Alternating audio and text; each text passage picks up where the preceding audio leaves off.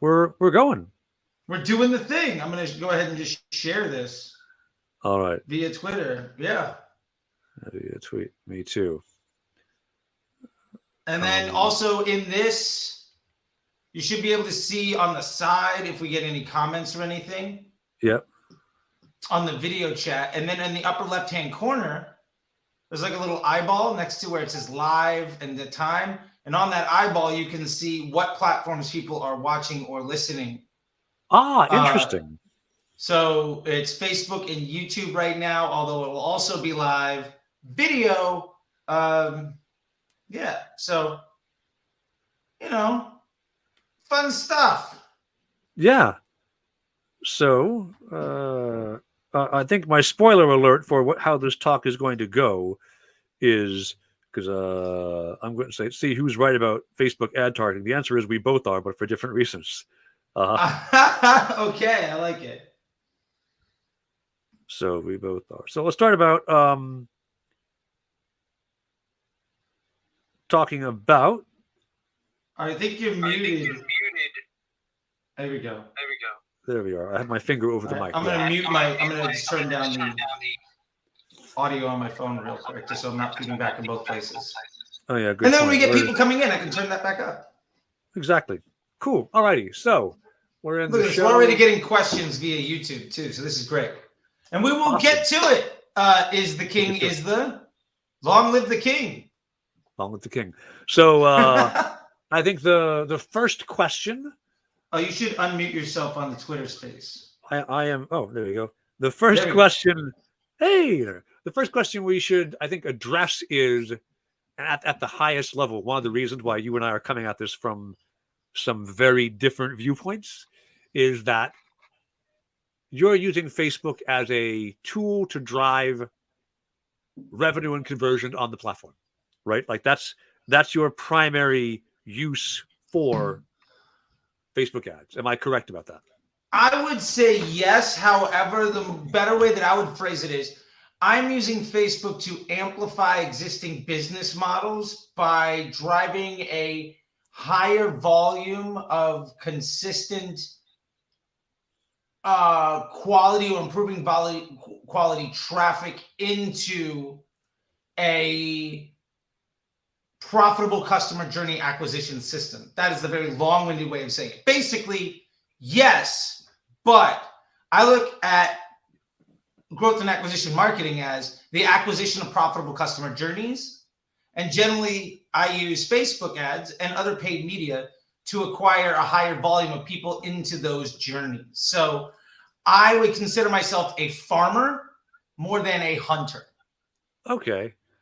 Interesting. A farmer more than a hunter. So I consider myself more of a researcher than either. And Okay. I think that fundamental big difference in how we're using the platform explains part of why I keep saying yes, but as you're going only broad, only broad. And so uh, if you're in your early stages of business, is who I deal with mostly. And a lot of the questions you end up asking are, how do I find customers? What is my customer? Who should I be selling to? And that, if you let Facebook answer it for you, Facebook will tell you kind of blankly, this ad made this much money. Who was it served to? You can kind of, if you're quite advanced in your knowledge of Facebook, you can go diving in and using both looking at ad sets and breakdowns to begin to understand more about, hey, this ad served to these people in this gender and age demo. And you can kind of extract some of the knowledge around who this targeting worked for. But you really can't see if I want to export knowledge from Facebook on what audience cared the most about what my ad had to say so that I know what events do I attend in the real world? What on Google search, how might I wish to write my ads to persuade a particular audience? Or how might I want to do in audience testing or buy a newsletter subscription and subsidize somebody to run ads in a newsletter, right? All this information you can't really extract from Facebook on broad. Yeah, I would agree. that the lack of the identification of that psychographic or demographic information does present that issue. However, knowing that every ad effectively creates its own audience based around how people engage with it, like every ad understands who responds positively and negatively to it. Therefore, every ad goes and finds other people. Like if your ad gets shown to 1,000 people and 500 people love you forever, and the other 500 people will burn you at the stake if they ever see you again. The next 1,000 impressions, that audience is going to look a lot like the 500 people that loved you. And that compounding interest of an ad building its own lookalike audience will let you know that the ads you're using, you can identify the ads that are ultimately earning spend and contributing at a contributing to the delivery of a desirable CPA. Those are the ads that ultimately your messaging is most effective with. And so I would say the way that I could do that market research isn't necessarily in trying to discover what audiences work, but more what messaging appeals, and from that messaging, effectively infer the audiences that I'm using. And I also say that because I have a general mistrust around the accuracy of psychographic and demographic details that we see in behaviors of interest groups, primarily because there is no development team at Facebook that is updating that software, and there hasn't been for many years. Yeah, so it is like it is 5-year-old tech. agree. Yeah, that's fair. Interesting. I do see we have Joshua here hanging out. If we want to, let me see here. Can I guess ask, hey, Joshua, if you want to ask any questions, you should be able to just flag with, I think you can ask to speak, and I will be happy to give you a chance to ask us questions. We'll figure out how to make all the tech work. We're also streaming this live to Facebook and YouTube, so this is a complex, multi-headed hydra. But yeah, I think the video, you take Twitter, and we'll divide and conquer. We'll roll with that. I think one thing that I wanted to pull out from that is, so audience groups are definitely a bit of an aged, creaky device, or audience interest, I should say, aged, creaky device in Facebook. And that does add a certain level of suspicion to how accurately they target.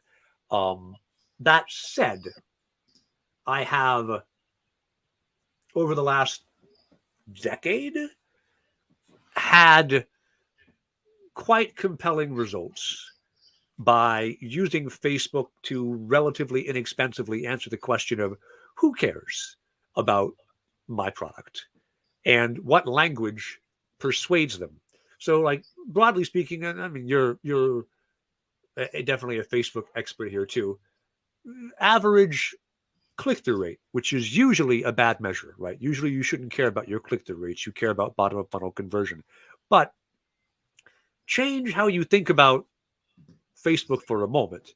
And if you don't have it as a system to drive revenue right now, but if instead you say, I have 3 billion people on this platform, and I can ask them all questions, and every ad that I run, once I segment it into an audience that I've controlled up front, I can now say, like for one client right now I'm doing, if I run identical ads to 20-year-olds and 40-year-olds who have an interest in a particular space, given that the interest targeting is wonky, I can see and can replicate a difference in the activation rates on ads for people in this space. And if I can see, hey, if I'm selling sports cars, it might do better to the 40-year-old crowd because they have money. It might do better to the 20-year-old crowd because they care more about image. And I wonder which one is true, and we can test and see. That right there, getting that information out and being able to say, hey, if I want to market to people who've liked the Lamborghini page or the Audi page or the McLaren page, and drive them into a sales funnel for a car dealership, for example, although I've never done this exact one. This gives me the chance to measure both interest rate at the top of the ad, and then once you come to my landing page, how likely are you to fill it out and go further? That right there, once I've learned that, I can export that knowledge over into any other channel I wish to export, right? Because Facebook has now told me these people this message. And what I've learned from these people this message applies to when I go to a live event and I want to think of who I want to meet at the event, or when I'm wondering about SEO, right? Who do I want to come to my website? All these questions are informed by Facebook as a very easy to pivot, very inexpensive channel for display advertising at big scale. So that's when you actually care about audience targeting. That's when you actually care about using upfront knowledge to inform what you're doing. Because you and I, it's like we both have an axe, right? And you can say this axe cuts down trees. Yes, it can. It can also be used to drive nails. And Sure. when you use it for driving nails, you don't care how sharp the edge is, right? So the difference in how you use the tool can completely change what you want to see out of the beginnings that have been used. So I see Matt and Josh, you are both here now as listeners. If you want to ask any questions, feel free to flag to speak, and I will figure out how to grant you access there. Well, I know we have a question here from YouTube, so maybe we can take that real quick, and then we'll let these guys come in. All right, is the king hey, here you go. He's like, hey, where are you at? And then he shows up with this lovely emoji face because we got him up here. All right, so he says, what do I do if my product is seasonal and I have $60,000 days in 3K months and 8K days in the other months? I mean, my opinion here, just to get a little bit, as an aside here for some executional piece, and then we get back to the targeting questions. But maybe we can frame this in sort of a way here, because I think this is a great way of looking at the audience insight, which is, I think, kind of where you were going with market research is, what is it about my market in these 3 months where I'm getting 60K? And what is it in my market in the other 8K? And then with that, how do I invest far more heavily in the 60? And then I would first off try to leverage my media budget to do a lot more in the 60K. And then do a lot of what you're talking about here, Trevor, with the audience insights and market research in those 8K a day months. And understand who are the people that are still holding on. And then understand how can I more aggressively invest into those individuals. Because one thing is to say, hey, spend more on 60K days and spend less on 8K days. Got it. But I always say, when it's uphill both ways in the snow barefoot with a giant backpack on, you got to get to school. That's the best time to test, because what works there is going to be at a tremendous advantage when it's downhill on a bicycle on a hot summer day. And like, if you can take advantage of that, then that is where I would lean. I don't know how you feel about that, but what do you think, Trevor? Yeah, I do agree. When you have the opportunity on the low demand months on your seasonality, like let's pretend you're talking about Christmas trees, right? Because that's, I mean, I doubt you do 8K a month in Christmas trees, but whatever, right? Like when it's not December, the sales are very, very bad. And also, though, nobody else is bidding, right? So that's the time when you can learn for cheap. Likewise, if you're selling, I don't know, Canada Goose winter coats, right? Again, sales are going to pick up in November, and they're not going to be great in June, except for folks who are making a trip to Patagonia because it's winter down there. So finding the in the cheaper traffic and the lower traffic months, learning as much as you can. And it's important, you're also teaching Facebook's algo. Yep. Right? Doing upfront targeting lets you also tell Facebook, I want more people who look like this. And then when you do either retargeting, which sometimes is appropriate, or you just take what Facebook has learned and build a new ad set with an actual conversion event as the optimization. Either way you wish to run it after you've learned who your audience is, when you're ready to ramp up your spend, when things get more competitive, when the market gets hot, you'll have prepped yourself during those bad months. Did that make sense? I think it totally makes sense. Yeah. And I think the trick here is not how do we make the 8K months as good as the 60K? You can't. Yeah. The trick is how do we use the headwinds to identify the tip of the spear, the sharpest axe, to use your analogy from before, so that we can be more effective on those upsides. Excellent. Yeah. All right. So Yeah. Hase, Matt, I see we have some other folks. Mike, hello. Welcome to some of these listeners here. Anybody who would like to ask a question, ping me with a request to speak, and I will give you all access to ask a question. You can also view us. We're on YouTube. We're on Facebook. You can drop questions there as well. Charlie, you might want to drop the link to the StreamYard video in Twitter so folks can join. Okay, I'll do that. Do that right now. All right. Well, but yes, yeah.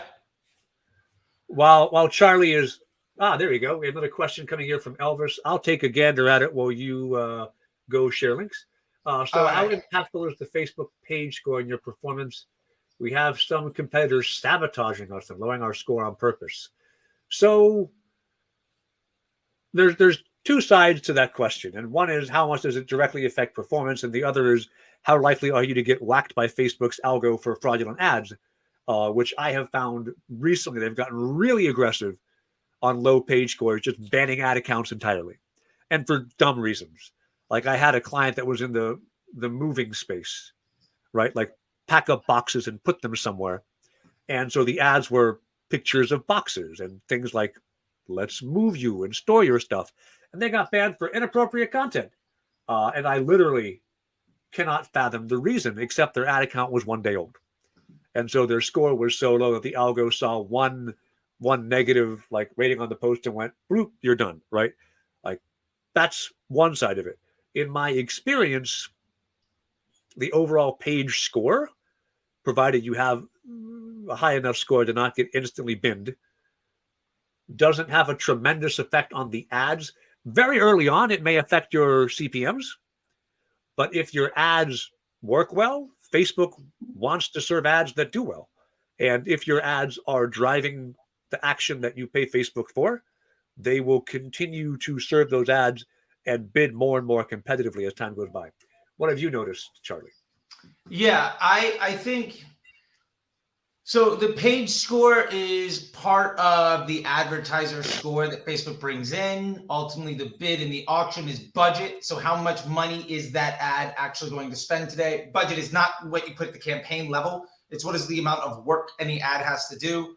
Remember that every ad, I'm going to draw this out on a sheet of paper. So forgive me for those that are not watching, but I'm going to try to explain this as best I can. All right. Every ad, so the example here, we have an ad that is in the middle of a circle, a dot in the middle of a circle. That ad is in the middle of the circle. The further away you get from the center of that circle, the lower the match rate of that ad with having a high estimated action rate with that audience is. You generally have to move further away from the middle of that circle, depending on how much more money that ad has to spend. And as a result, eventually your ad crosses the threshold of that circle into the unknown outside of the lookalike audience. And that's where your estimated action rate depreciates so much that the cost per conversion or whatever it is that you're looking for ultimately becomes too high. That being said, that's part of the equation. The other part of the equation is, so it's budget, estimated action rate, and advertiser score. That page score, what I have found is it really matters in the hyperbole. So if you're if you are at like a 3.8, 4.0, and then you move to like a 4.5, 4.8, you will see a pretty big shift in the CPMs of your advertising. And it's not just the CPMs of your advertising. It also has to do with the placements that you get. Also, the same could be said for if it goes to like a 2.5 or something. Either way. And one thing I think people don't think about is that the placement of an ad on Facebook is tremendously important.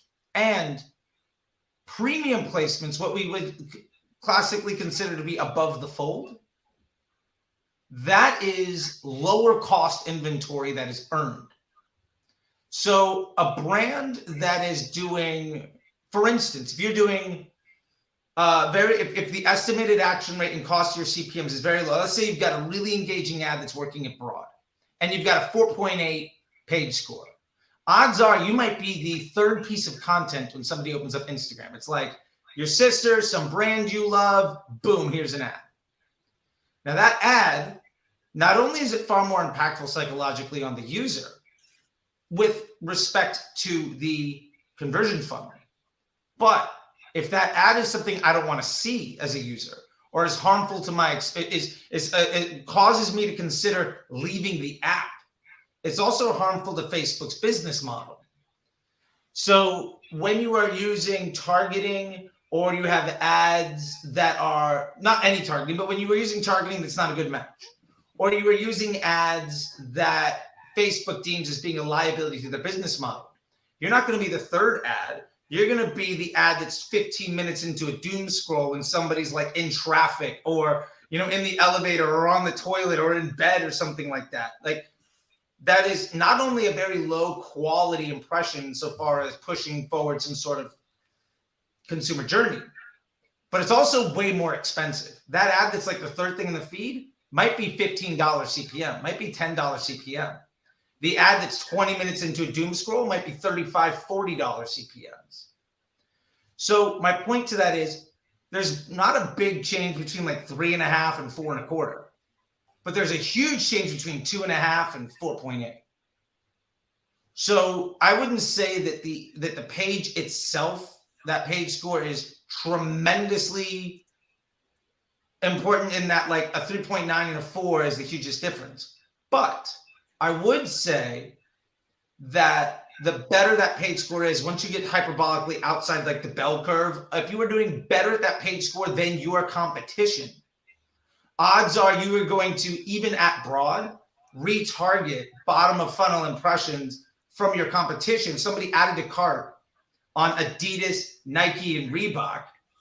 When I used to run New Balance, I know that my page score and my broad targeting, because we did a measurement study with it back when advanced matching started. My first impression, about 20% of the time, was somebody that abandoned cart on your pages within the last 24 hours. So that happened because my page score was really good and because my estimated action rate was really high. So I don't think it's the cause, but it is absolutely a piece of the puzzle. And if it's not good, it's going to be a lot harder to get other things going. So it won't get you started, but it can get you. It won't get you from standing still to a crawl, but it can get you from a walk to a run, if that makes sense. That makes sense. I do. I like that. That's well put together. I like Josh's question here. He just asked, I'm for interest targeting, Charlie is for broad. What would you guys argue if you were to switch places? So I actually very much like broad once you know what the hell you're doing. Once you've, in two ways. One, once you've trained the algo with, you sent directed traffic to your page, you got the conversion events you wanted, everything works now the way it should because you were pre-selecting your audience up front. Now when you go broad, Facebook already knows who you want. And then I find the algo learns faster and you get less weirdness where like you want to level the algo up slowly and spend, right? But if you've already put 10K into pre-targeted audiences, when you move over to a broad reach, you can ramp up way faster. Now you know it works and Facebook does too. So that's when I like broad, is once you're ready to stop going, who do I sell to? And instead you're ready to say, I want to make some money. Sure. Yeah, I would agree. If you are ready to scale up your investment, broad is phenomenal. My pushback there would be, I would also say broad is tremendously helpful when trying to figure out who to market to. Because if you are building ads and then doing an audience test, you're not actually saying, who does my brand appeal to?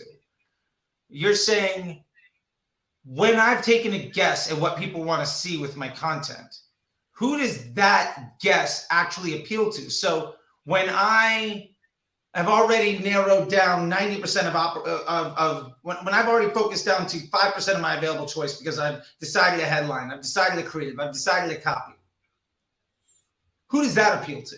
So if I can solve for 5% of the problem, that's great. But when I now want to scale it, I have no idea if that ad worked because it was the ad, because it was the audience, because I got lucky in the first few days. What if I have multiple interest groups and it was actually that was the fourth impression that somebody saw after clicking 3 other places, and that audience being a retargeting impression, 10 days into a customer journey was the actual thing that was lucky enough today because somebody else did some marketing on my in my vertical or niche that got me the sale. So for me, like what I teach in the Facebook Ads MBA program and over at Disruptor School with everybody, with all the other programs that I have, is I do the targeting, I do the testing at broad to figure out the messaging that I'm best at delivering. And then letting that messaging collate its own audience, and then deciding, do I want to get better at crafting that message to get new conversions? Or do I want to find a different message so that circle that I defined before with an ad in the middle? Can I get a couple of circles that might form this elaborate Venn diagram? And then Facebook can find the folks that are in 1 circle or 2 or 3 or 4. And I'm not spending nearly as much money for folks that are outside of that circle. And I'm not limiting the people that might want to actually see my content because I've decided to use some predetermined audience parameters from tech that hasn't been supported in 5 years that cost me extra to see if my guess on my ad is actually a scalable solution. So what I will say is this. I think broad is great when you're ready to scale up. I also like broad to do that market research. I'll also But the problem is then you can't export what you've learned, right? Facebook will let you optimize in network and will do a great job of optimizing even broad, but it won't let you know what that optimization was. And that's why if you want to take your knowledge out of Facebook and not just spend, I mean, I get why Facebook does this, right? If they lock in a super good audience and don't tell you who it is, you're stuck spending money on Facebook. Good for them. But if I want to learn an audience and then use it elsewhere in my business, my only option is to say I have to use this tool in an unexpected manner to deliver the results I want to see. I guess so. I guess my pushback to that would be, if I'm running 5 different concepts, say I've got a car dealership, sure, and I want to sell cars, I could have an ad that is, I've got the safest minivan, and I've got the fastest sports car, and I've got the cheapest sedan. Now, based on that, when I start selling minivans, I'm gonna have a pretty good understanding of, okay, safest minivan, good idea. If I now start talking about the price of the minivan or the quality of it, the experience, and I can improve that sales pitch, I'm starting to understand more and more of who the consumer is for my minivan. And I can understand which sales pitch does best for me. You are understanding what sales pitch does best, but what you're not learning is maybe minivans do really well in in families, right? But what type of family? Do they do better in families where the parents are 40 or 30? Because that may change how you do all the rest of your marketing mix, right?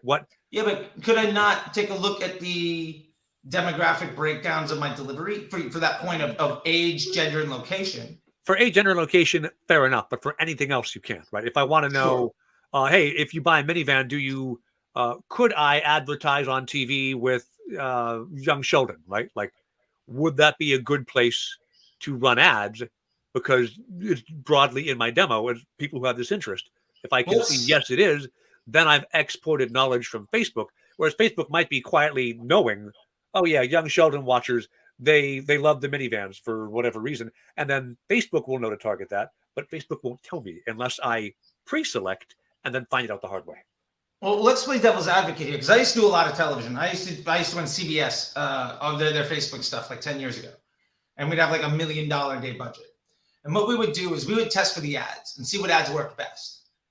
Then what I would do is, and there are people still doing that this year today. So whenever you're like an interest group, the cost just spikes one day. Understand that there's like 100 people like me dropping $1 million on top of you just to learn.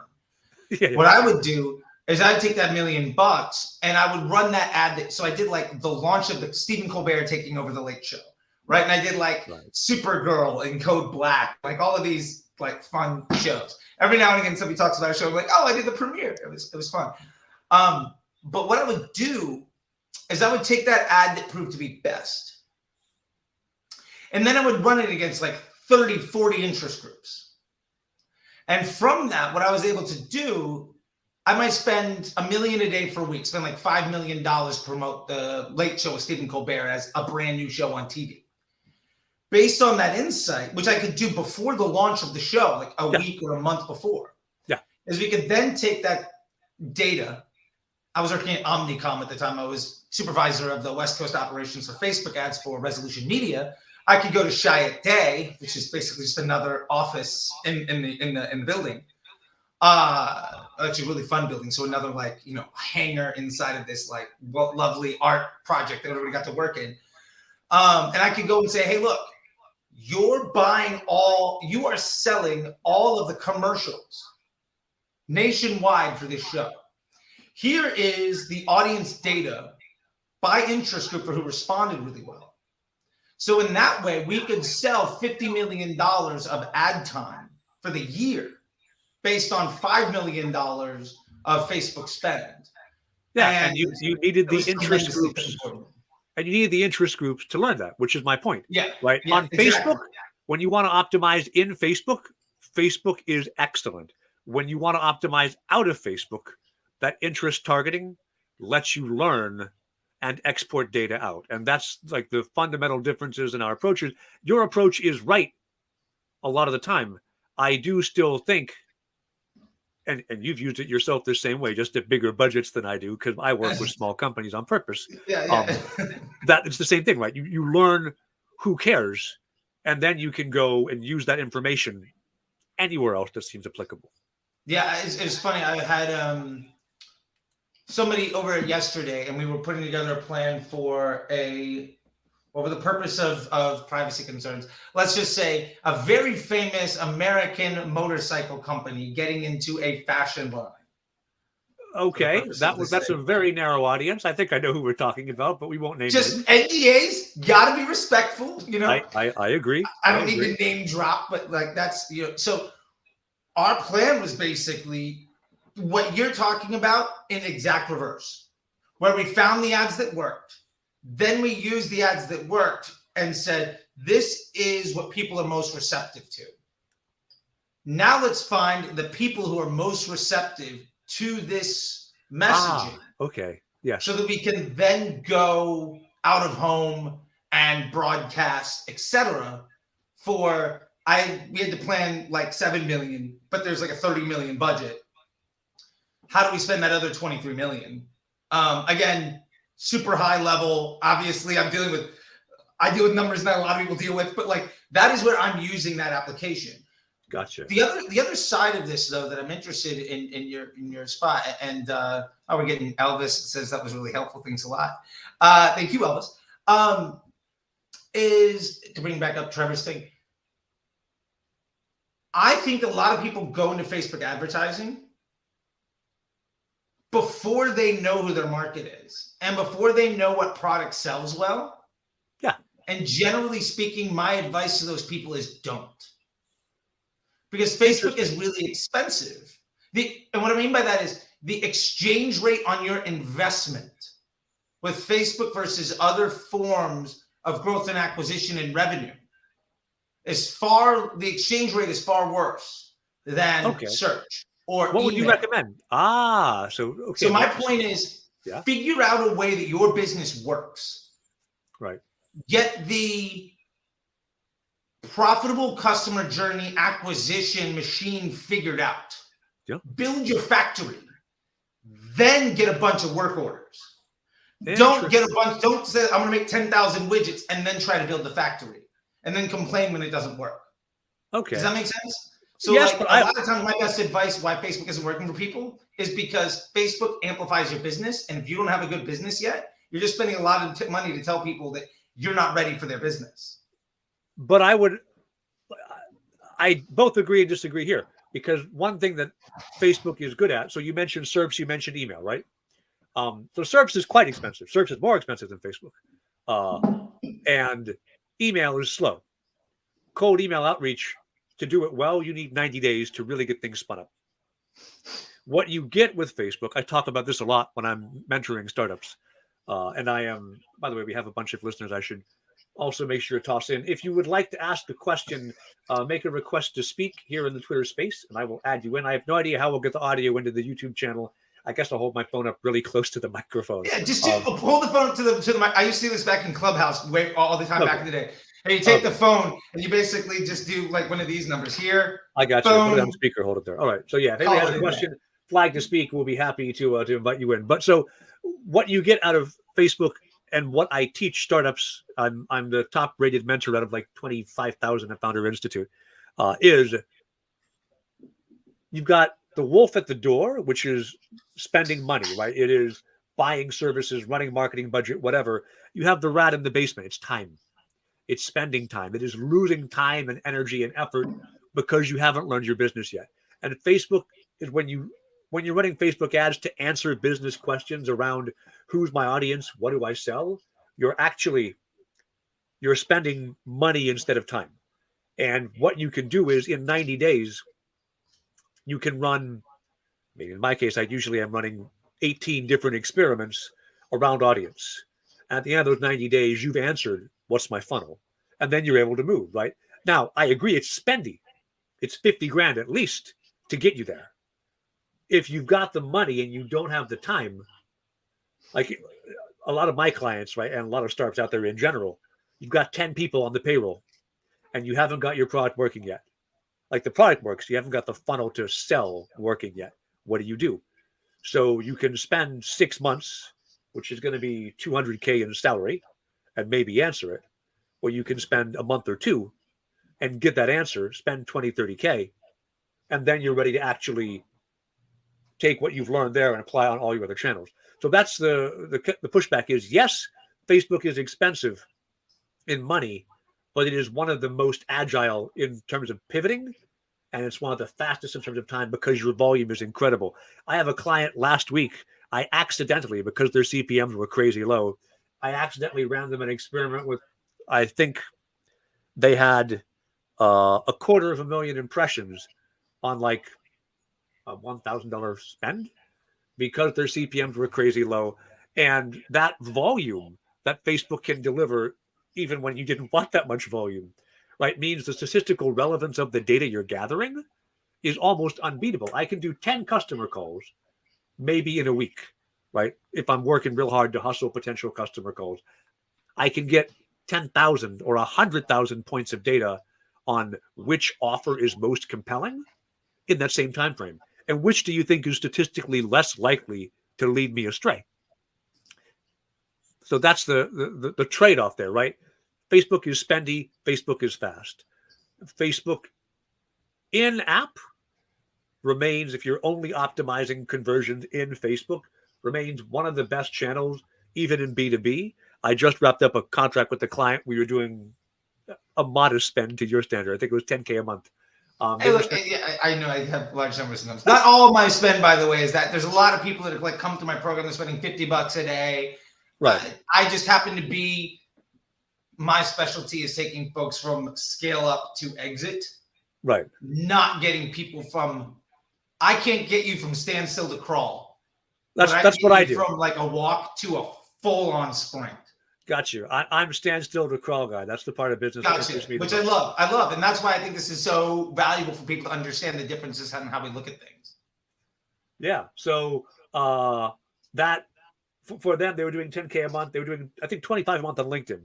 And they were spending like $750 a lead on LinkedIn. Right. And they were happy because their ACV was 5 figures, whatever. Facebook which you don't usually see. This was an HR tech company. You don't usually think, hey, I want to go do B2B sales on Facebook. A lot of people don't think that, although I'm sure you know better. Uh, we were getting like $80 CPL, so 10% the cost on a 10K a month spend, and then moved over to Pinterest and got even cheaper because HR tech, where do you find 30 to 50-year-old women? Pinterest. CPMs there are even cheaper than Facebook. But we validated market, we validated the creative on Facebook, and then Pinterest, which is a less sophisticated advertising tool, we knew what was going to work.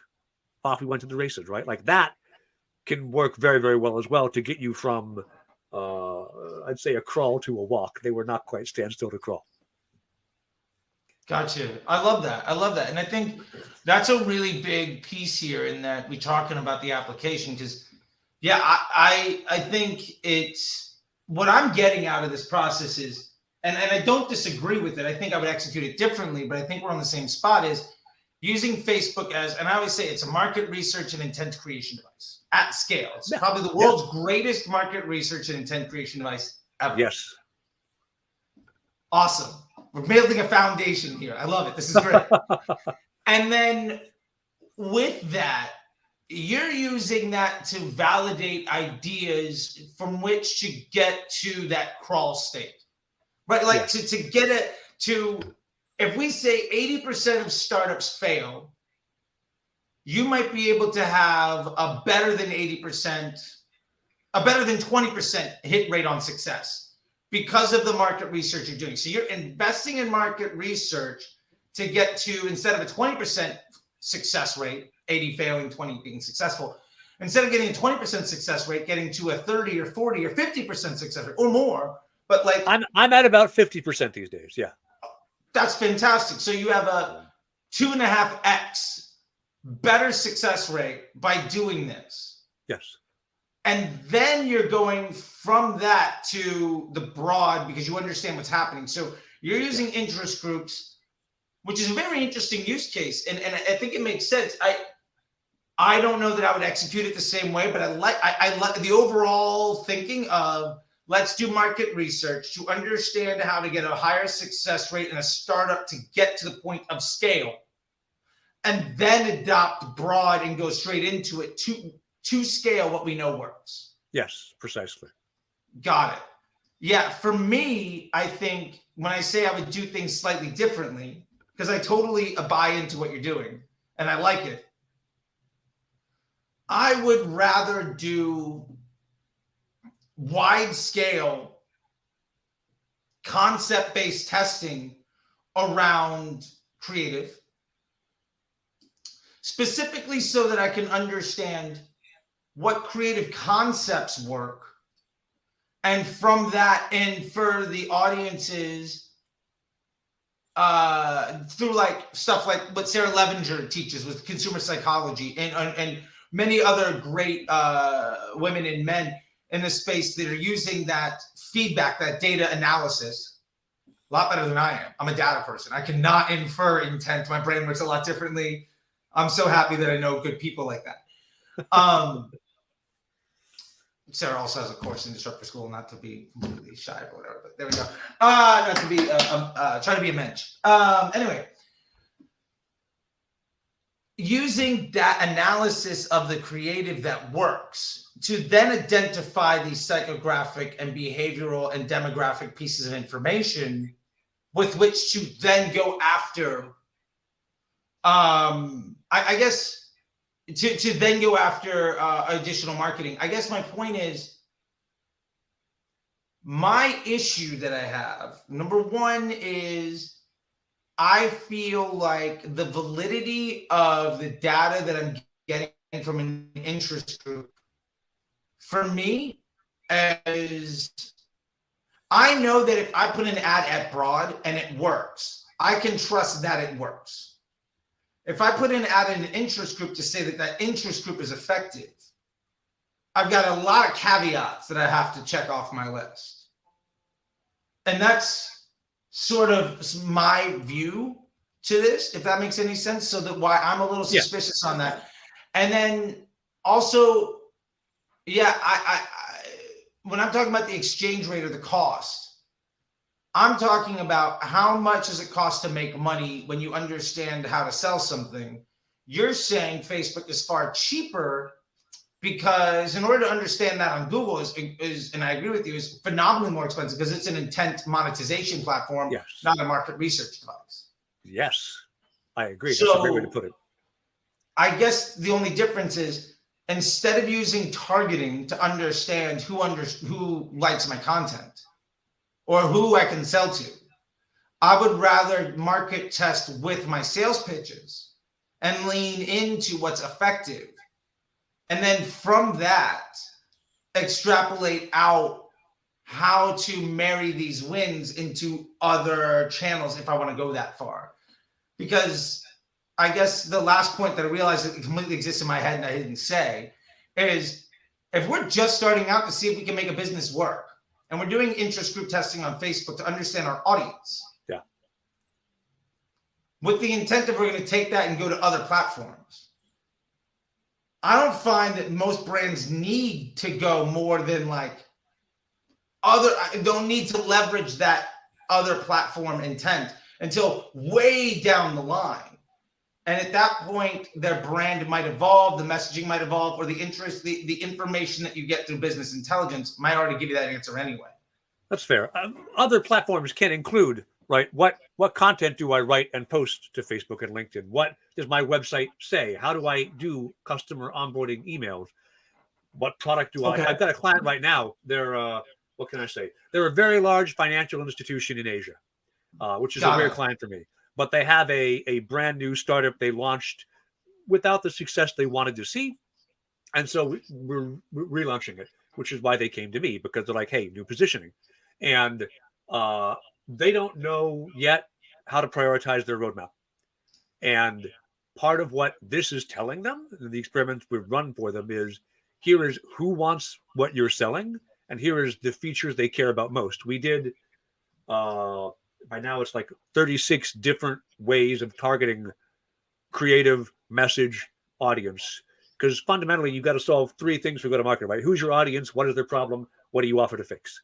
And by doing that with a quite complex matrix of different solutions and different audiences, we're able to find 2 or 3 that statistically outperform against all the rest.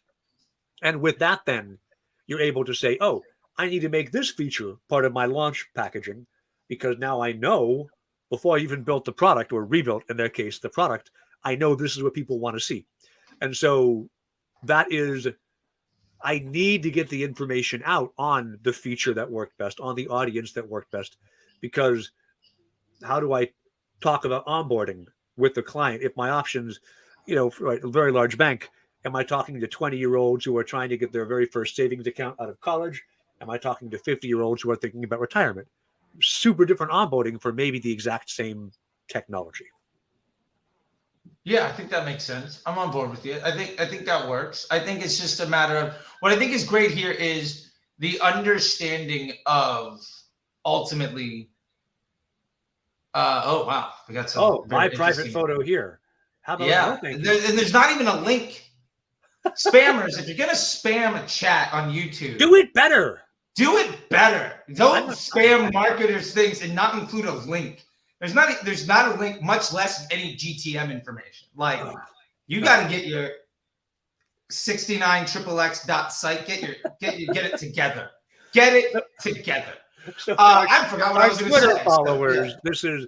This is Charlie's YouTube stream just got hit by a spammer, and we're going to apparently wrap up the end of our call just making fun of that.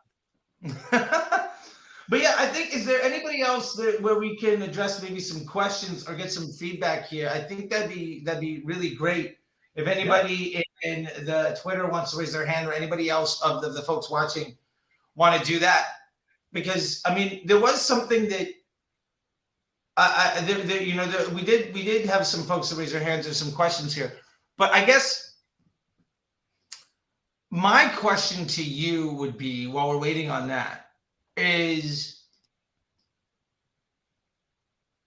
one, it feels to me like you have a lot of trust in the validity of the data of the interest group itself. Sure. Because I don't feel, and let me preface why I don't, and then you can maybe tell me why you do. Yeah. Instead of me hanging that out there and you say something and then me come back with like, I don't want it to be like a gotcha journalism or something like that. So number one, talking about something, so being in an interest group theoretically defines that you've liked a page, you've talked about something, you've been to websites where that metadata is included, your spending behavior according to your taxes and your credit cards includes certain stuff, your location data on your phone, all of that fun stuff. That being said, if we know that we might feel negatively about something and talk about it. True.